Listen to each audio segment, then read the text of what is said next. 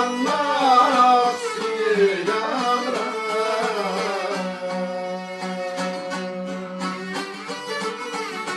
azat ne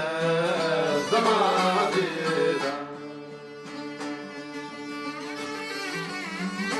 Karvanlar siyara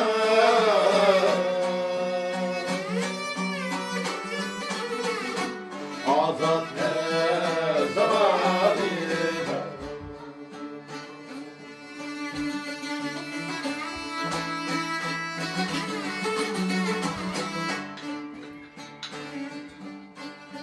Gönlüm sana nefes aldı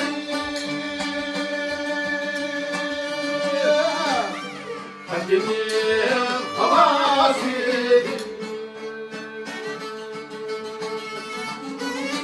Gönlüm sana nefes aldı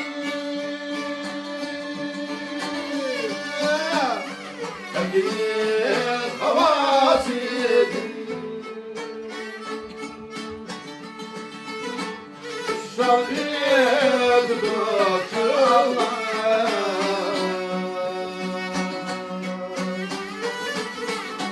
Bulbullar davasını O şahit bakırlar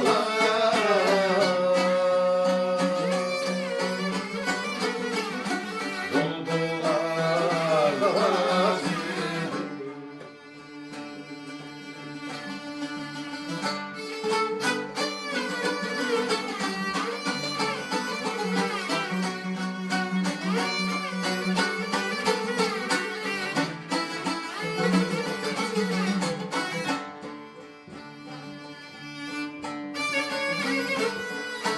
Kalır yeter Koymay ben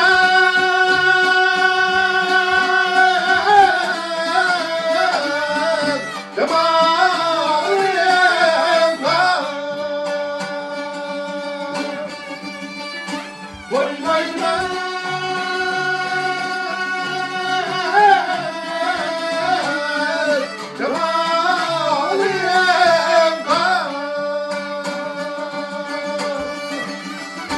Nakşam yedip çıktı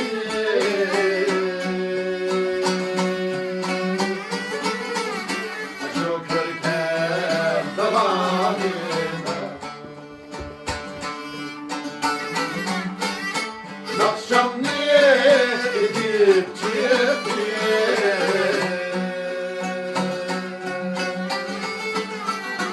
Çok erken zamanında Aşağı yukarı